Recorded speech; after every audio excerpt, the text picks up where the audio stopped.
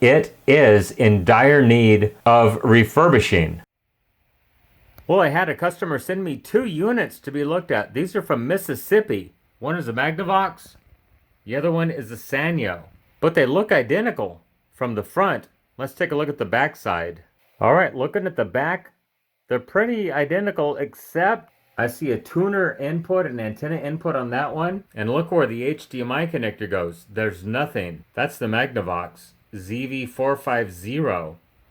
On the Sanyo, I do have an HDMI output where the cutout is. This one actually says Funai Corporation on it, FWZV475, and that one has no antenna inputs. Well, let's go ahead and tackle these things one at a time. Take a look at the difference in the manufacture dates, June 2016 and February 2008. These things are 8 years apart, but look how close they are. Oh my goodness, I just noticed that. Okay, so this is the Magnavox version. So I'm going to go ahead and pop a DVD into the unit first off and see if it goes ahead and plays a DVD. All right, disc in, let's see if it loads. I do have a monitor connected right now. So far so good, it appears to be loading the disc correctly. I see the loading bar going across the screen. And it did completely load the disc and the disc is playing. So let's go ahead and switch over to the VCR and see if it will play a tape at this point. All right, I'm in the VCR mode. Let's go ahead and pop a tape into it and see what happens.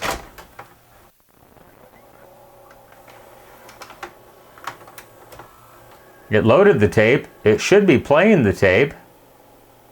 And then it shut down.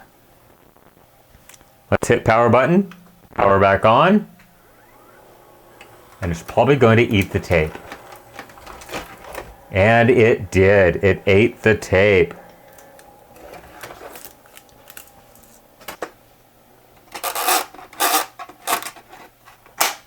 Okay, so chances are the mode select switch needs to be cleaned on this one. So let's go ahead and do a mode select switch cleaning. I need to pull the DVD mechanism out, the standard definition tuner board, and then we'll get this whole chassis out of the unit and we'll take a look at the mode select switch.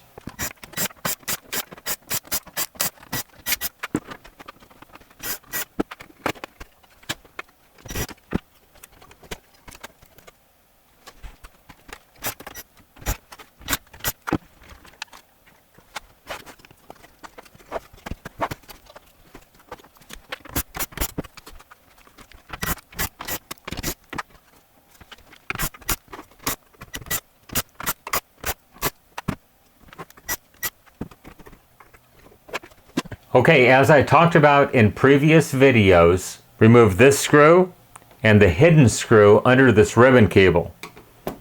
Remember, this screw is machine thread. It's a fine machine thread screw. This is the 3mm machine thread. Now this one is a little more tricky to get to, but if you lift the cable up out of the way,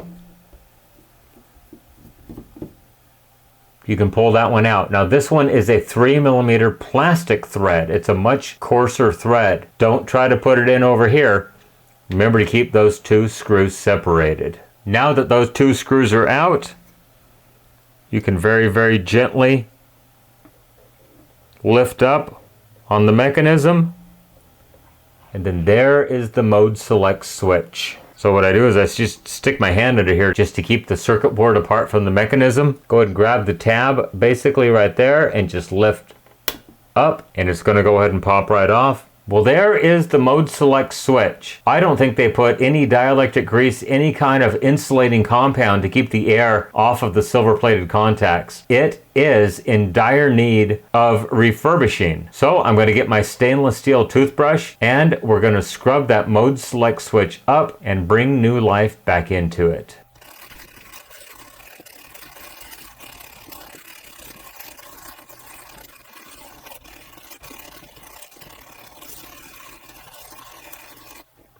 All right, well, certainly looks much better already. So next I'm going to go ahead and clean the wipers in the same fashion. Now remember to only clean in this direction. Down and then down again. never up, because it'll bend those little wipers right out of the way.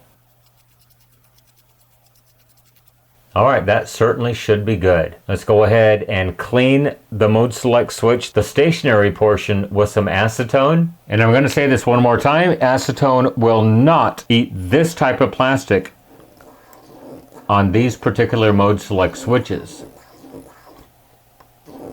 Now if you have a Sony, it will eat the plastic on the Sony, so you need to use alcohol on a Sony. But let's just go ahead and rub this around several times, 20 or 30 times. There we go. That looks much, much better. Let's go ahead and add some silicone dielectric grease now. And I'm just going to go ahead and use the cotton swab because I don't think it's going to leave any hairs that are going to be adversely affected to the operation of the unit. Make sure the whole thing is coated.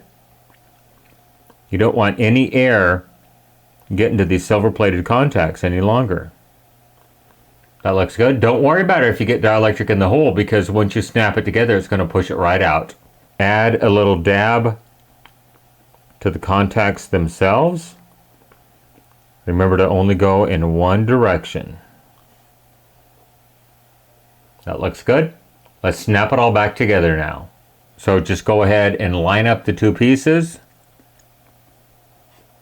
A gentle push, and it should snap together. Run it around probably 20 or 30 times to distribute that grease.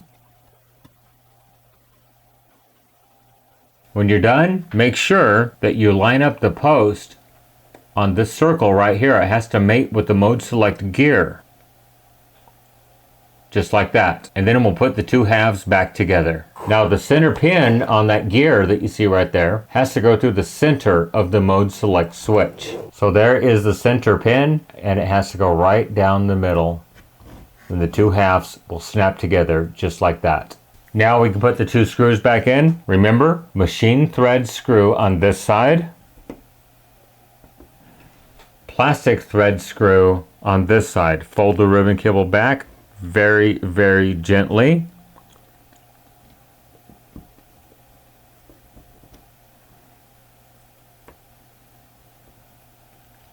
Now we can go ahead and reassemble it back in the chassis.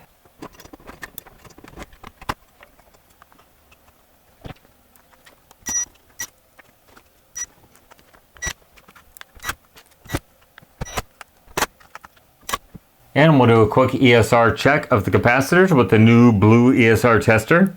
Make sure we're at 0 ohms, and yes we are. So this is the main AC filter input capacitor, 0.15 ohms. I'm perfectly happy with that. This is the snubber capacitor, 2.4 ohms. It's a very small cap, perfectly fine. This is the big 4700 microfarad capacitor, 0.03 ohms. Perfectly fine with that. I'm probably going to change that anyhow just as a preventative measure. 2 ohms. It's a 10 at 50. Good with that. 0.06, 0.12, 0.09, 0.11, 0.2, 0.8. It's a 22. 0 ohms. 0.03, 0, 0.26, 0.25. I'm perfectly happy with every cap on this board. So just as a safety precaution, I'm going to go ahead and replace the main 4700 microfarad cap. So we'll get rid of the Suscon on this one, and we'll replace it with a Nichicon 4700 microfarad 6.3, same physical dimensions, but a much higher quality cap. This one is only rated at 85 degrees Celsius. The new one is a 105 degrees Celsius rated cap. So let's get that installed. Okay, new Nichicon cap installed. All the other caps tested fine. I've never had a catastrophic failure on one of these boards except for this main 4700 microfarad cap. It's all back together. Let's go ahead and put a tape in it and see if we get better results.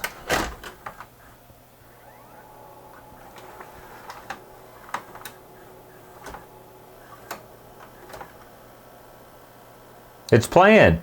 Look at that. Let's hit stop. Let's rewind it.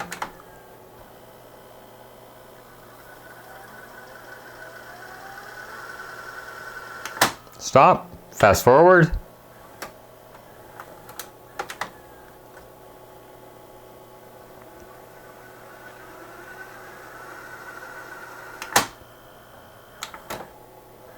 Working great. Play. Stop. Eject. Does it take the tape up? Yes. All right. Another successful repair. Let's go ahead and give it a quick cleaning and clean the DVD optical pickup as well. I'll go ahead and time-lapse this because you've seen me do it 1,000 times. Just remember, cotton swabs. I'm going to clean the video heads with them with acetone. Don't anybody freak out.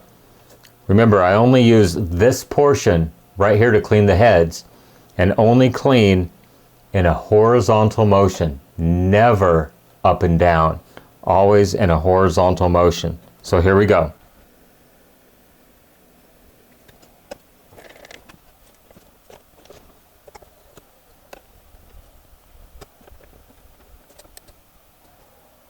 Next, we'll go ahead and clean the DVD optical pickup.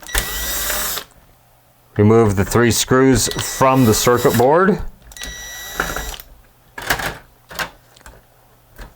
Unplug the connectors. Fold the board out of the way, and for ease of service, I'm just going to go ahead and remove the metal cross brace right here. Now on the left side, push right on these tabs. On the right side, push left on the tabs.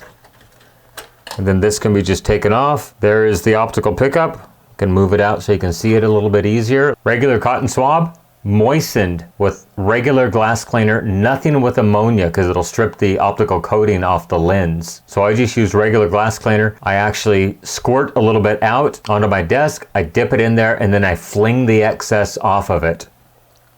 So we're just going to go ahead and clean in circular motions only.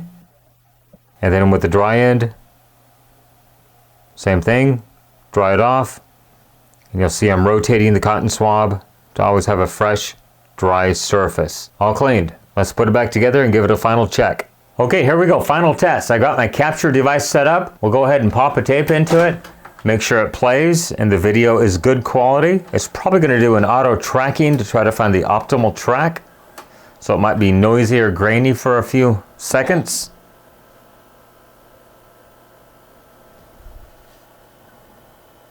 Kind of bumped the cars.